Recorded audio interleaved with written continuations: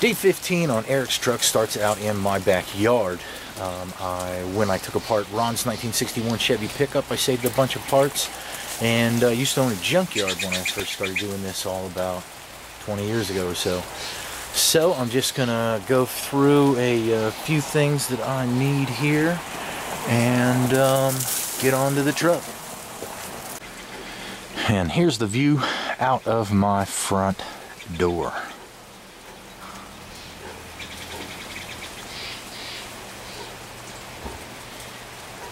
Pretty cool, huh? Well, that's my personal stream right there. That's my 1935 panel and my 1965, I think it is. I lost track. Chevy pickup. Cool.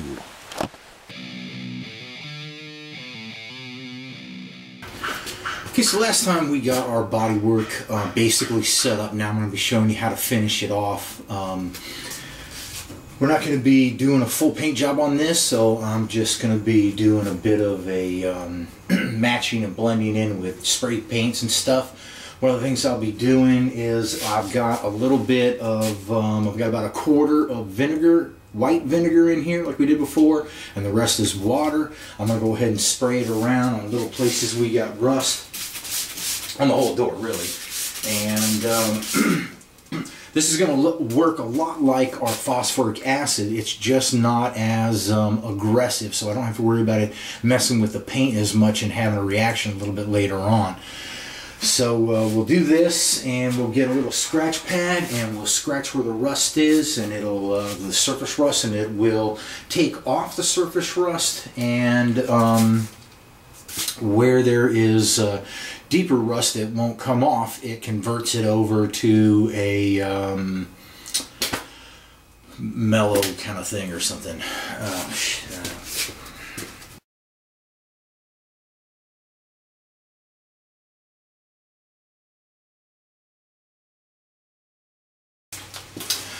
Give a couple extra squirts wherever there's some leftover harsh rust, and then I'll go ahead and keep going on my body work. This sanding will be a little bit easier. I don't want to go all the way down and hit shiners. I want to stay pretty far up. So what I'm doing is I'm using an 80 grit pad here. I'm going to take it down some. I'm going to use my jitterbug, take it down some with 80 grit. Then I'll go with 120 and 220 and 320. And what I'm shooting for is that when I get to the perfect level edge, that'll be 320. Now that may or may not happen. Then if you still have low spots, you can try to fill them with primer. If they're too low, then you're just going to need to sand it down again and put the skim coat on again and sand it down again. So, but at any rate, the final layer of the filler you're going to want to bring down real slow, so that by the time it's all perfectly even, that's when you're hitting it with your 320 and your 400. You don't want to make everything... If you had an uneven surface like this, and you were to sand it down to 80 grit nice and even, then when you start hitting your 150 and 220, you're wallering this out. Now you're going to have to fill it all back in again. So you have your uneven surface, so we go 80 grit, and then DA80, 120, and then 320, and then you're nice and even. We'll do a coat of primer, sand that down, and then paint it.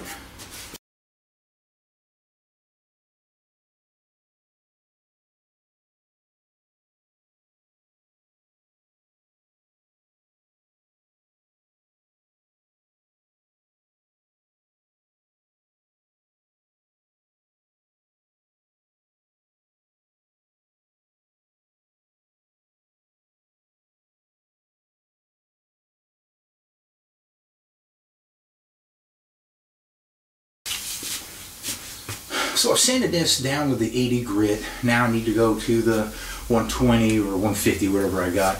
The only thing is that if you keep tearing off the sandpaper and just doing this one spot, you're going to run through a lot of sandpaper pretty quick. So we'll flip it over, we'll do the other side, and then we'll wait till the 80 grit pad is all worn out, and then we'll go ahead and step it up, and we'll sand that until it's worn out, so on and so forth.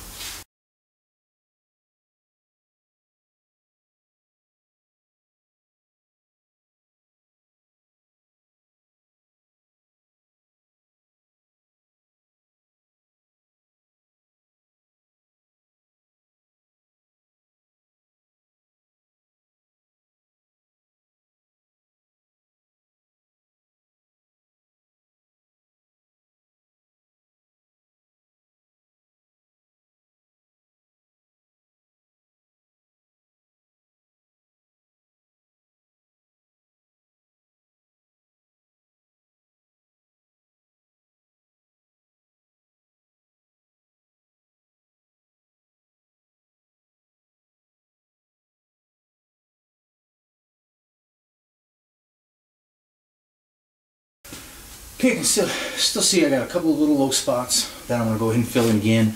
And I know you might be thinking, damn, Dave, you're putting a lot of Bondo on that, but not really. What we're doing is we're just doing really thin skim coats so that we build up that plywood effect, and that our final layer of filler is nice, one solid sheet, so to speak. And there's no multiple layers of Bondo poking through the whole thing. Now let's say, for instance, you're using the cheap Bondo. Then when you're doing that, since it has the larger grains of particulate in it, you're going to want to adhere all, at least most of your additional layers of filler onto 36 grit scratches.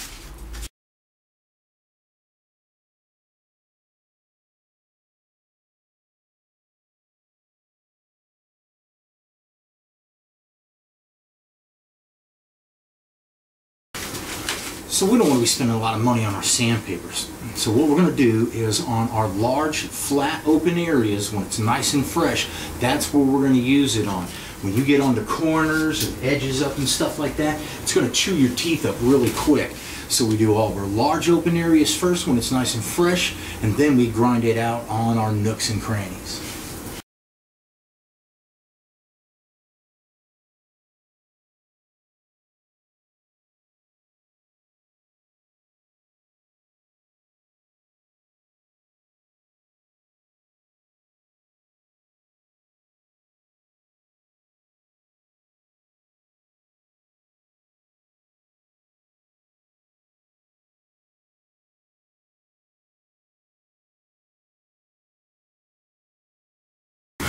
Okay, so since this 80 grit's old and worn, it's really good for using on these curves right here.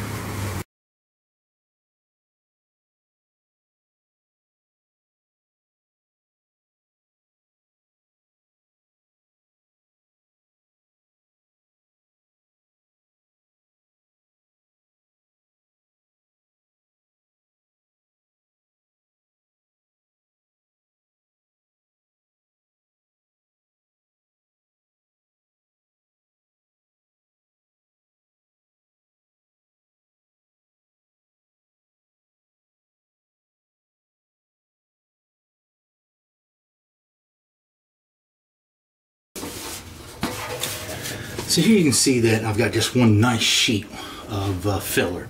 I don't have a lot of under Bondo showing up and things like that. It's not zebra striped, and we don't have a lot of shiners up on it and stuff like that, so now I can just keep sanding this one down.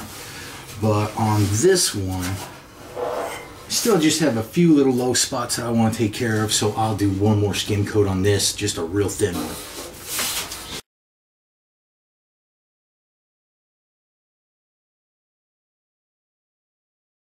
So here you can kind of see an example of what I don't, or at least I want to try not to get on my final layer here. You can see the Bondo underneath, you can see shiner, and then you can see more Bondo. So what I prefer to have is just a nice even sheet like you've seen before. Now it's not like if you have this it's going to kill you, because you're going to put a sealer coat on there and that'll generally blend all this stuff in, but it's best if you have just a nice even sheet.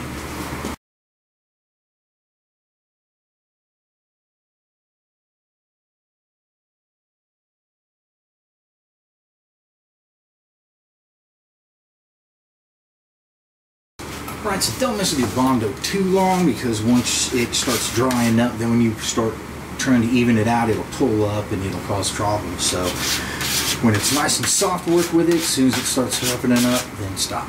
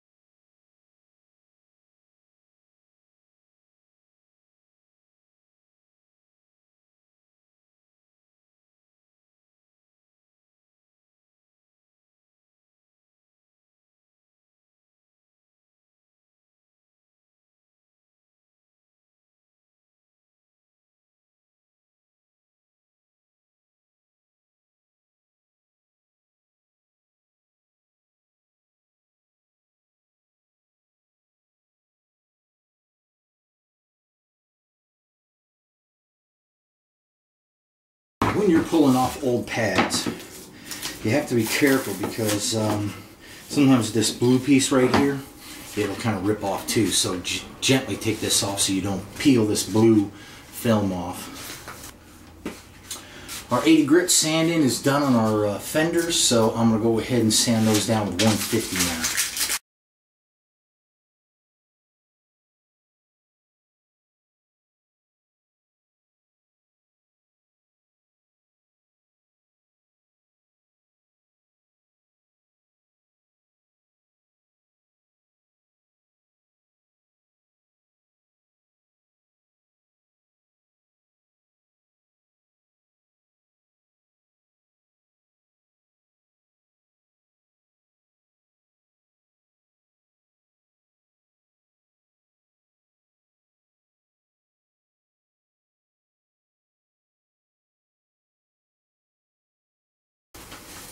Now I'm going with 220 sandpaper.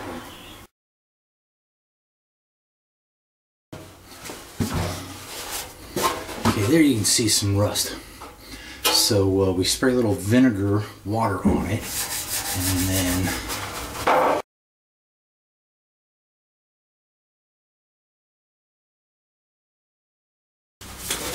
that's what it looks like when you're done. But I'll leave it on there a little bit longer and it'll get into pits and stuff like that.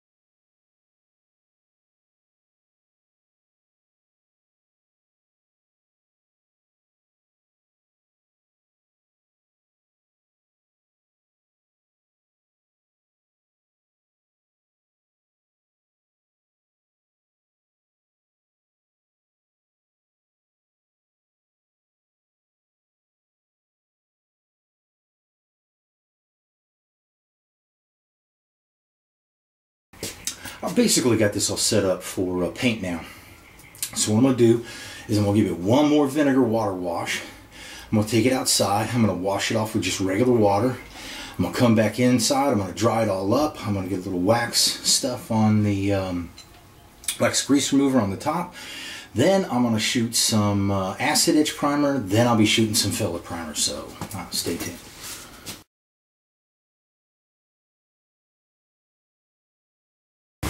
So I'm going to let this set for like 5-10 minutes, then I'll wash it off.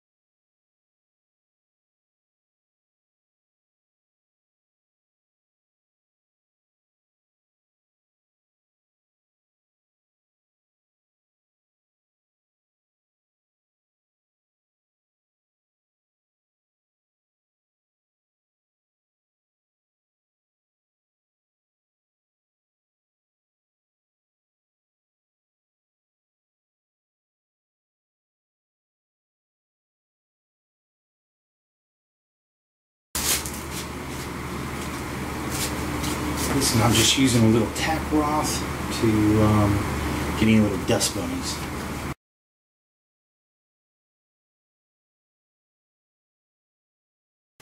Now, all of the places we've got bare metal, you can just take filler primer and shoot on there, but it's not really that good of an idea. It's best to get an acid etch primer anywhere you've got bare metal. So now I'll go ahead and shoot some acid etch metal on there, and then I'll let it dry, and then we'll shoot some filler primer on top.